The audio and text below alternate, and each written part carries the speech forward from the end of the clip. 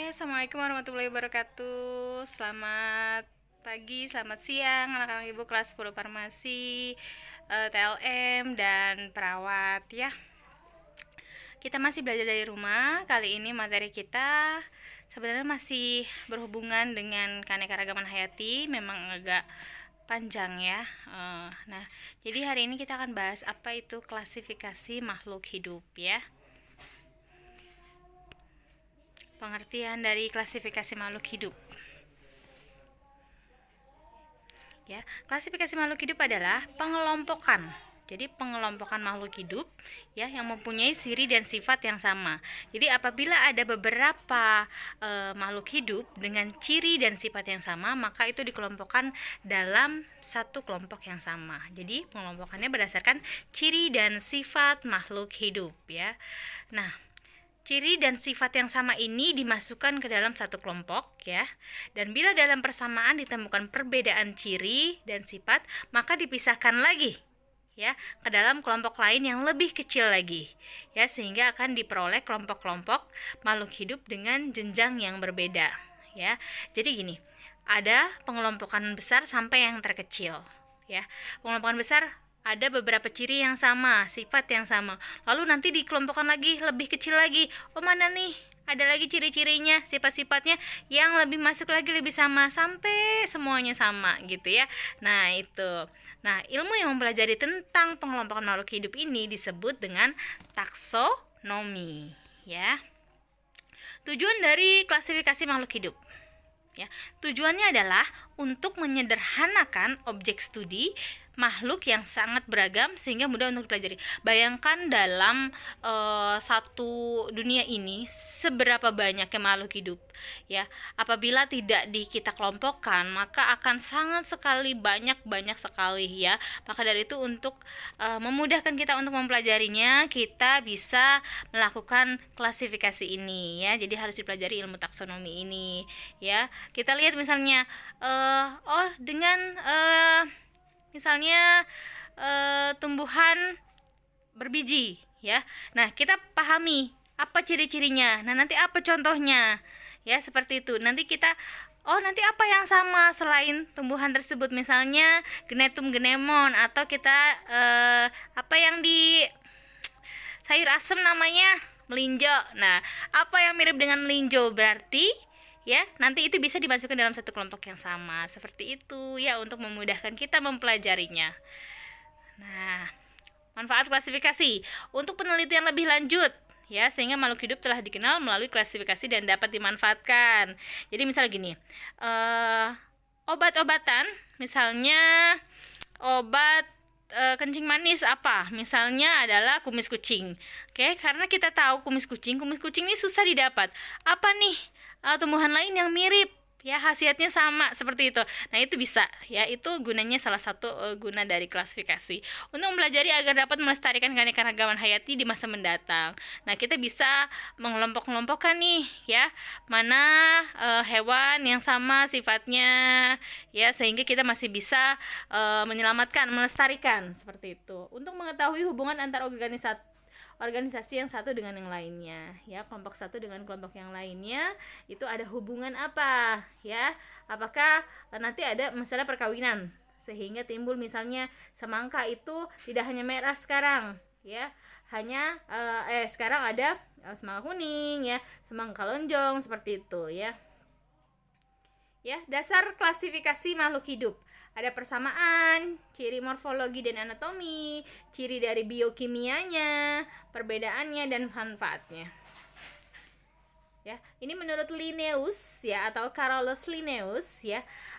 Ini ada tahapan klasifikasi, ada pencanderaan atau identifikasi namanya ya, proses pengelompokan makhluk hidup ya. Diidentifikasi dulu ya, ciri-cirinya, sifat-sifatnya diidentifikasi ya, diteliti lebih lanjut. Ada pengelompokan, lalu terakhir adalah pemberian nama atau takson ya. Jadi pertama ada tahapan klasifikasi, identifikasi, dikelompokkan, lalu pemberian nama.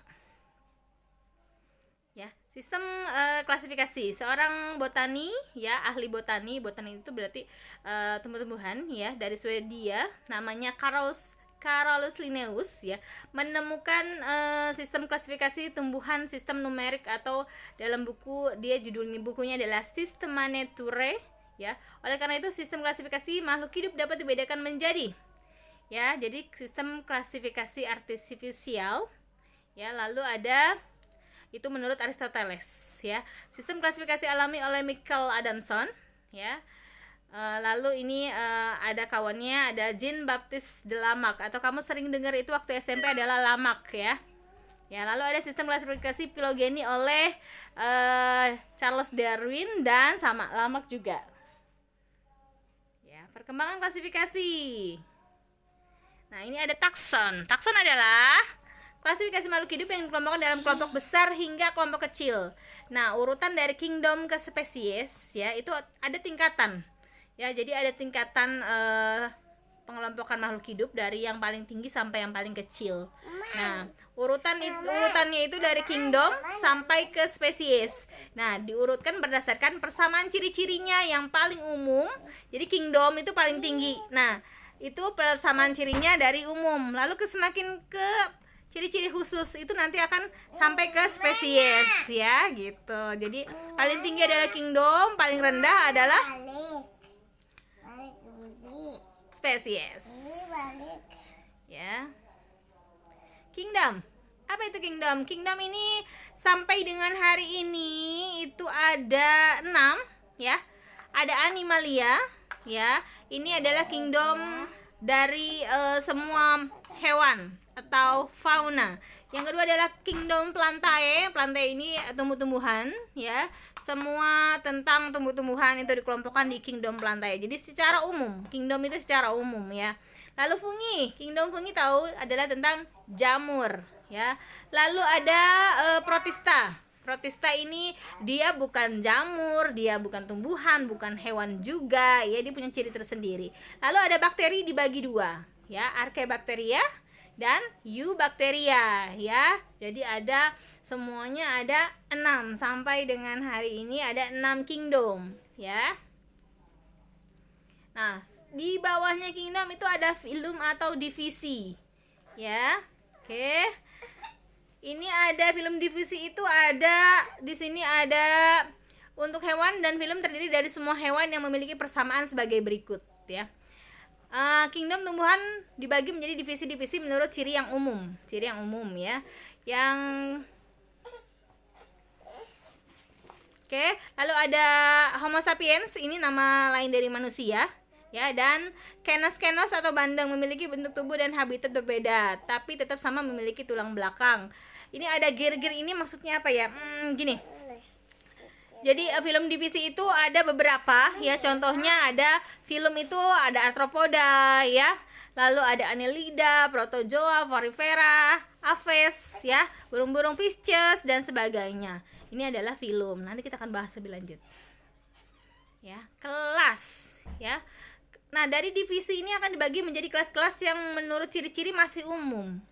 Ya, jadi dari kingdom ya, dari kingdom yang paling tinggi, tadi kingdom ada 6, lalu masuk ke divisi filum atau divisi ya. Jadi kalau filum itu adalah untuk kelas hewan atau animalia, kalau divisi itu untuk tumbuhan.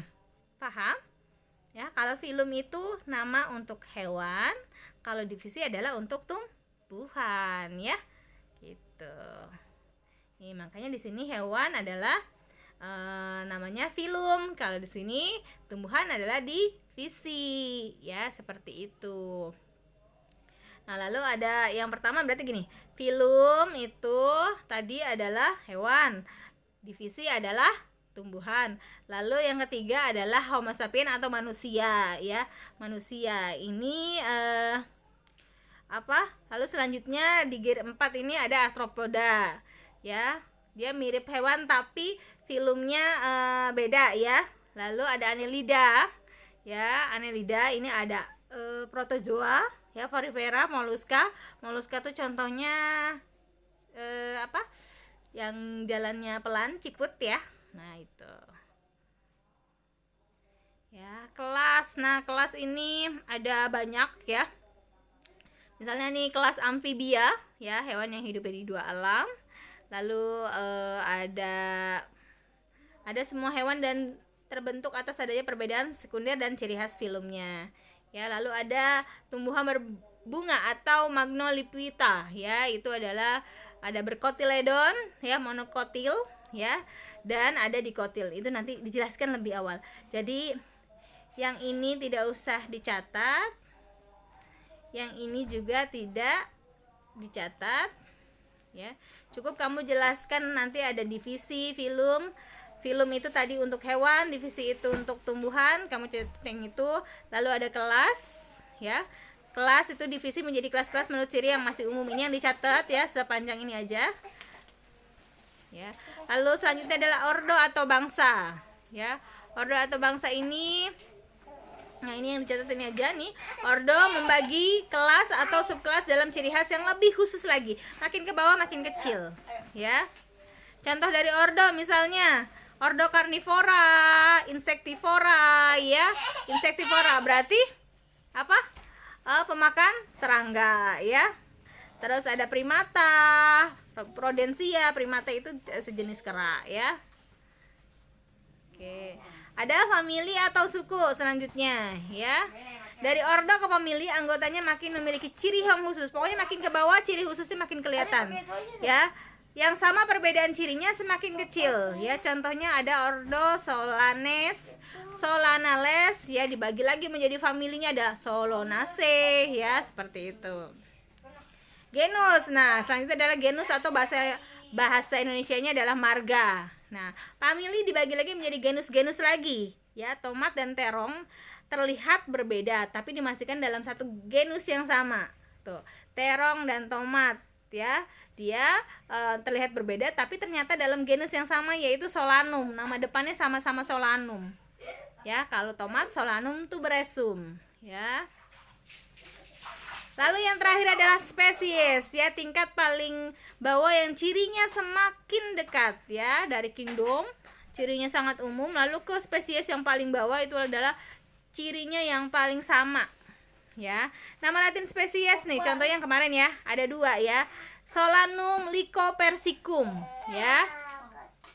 Lalu terong adalah Solanum melongena, ya, itu. Nah, dua-duanya ini nama spesies, ya. Yang satu adalah spesies tomat buah dan yang satu adalah terong sayur, ya. Sama-sama Solanum depannya. Solanum adalah genus, Solanum lycopersicum itu adalah nama spesiesnya. Jangan kebalik, ya. Jadi genus hanya nama depan Solanum, keduanya adalah nama spesies. Solanum lycopersicum, Solanum melongena itu adalah nama spesies, ya. Oke, itu saja hari ini. Semoga kalian mengerti. Kalau tidak mengerti silakan ditanyakan. Nanti tugasnya akan Ibu masukkan di GCE. Terima kasih. Wassalamualaikum warahmatullahi wabarakatuh.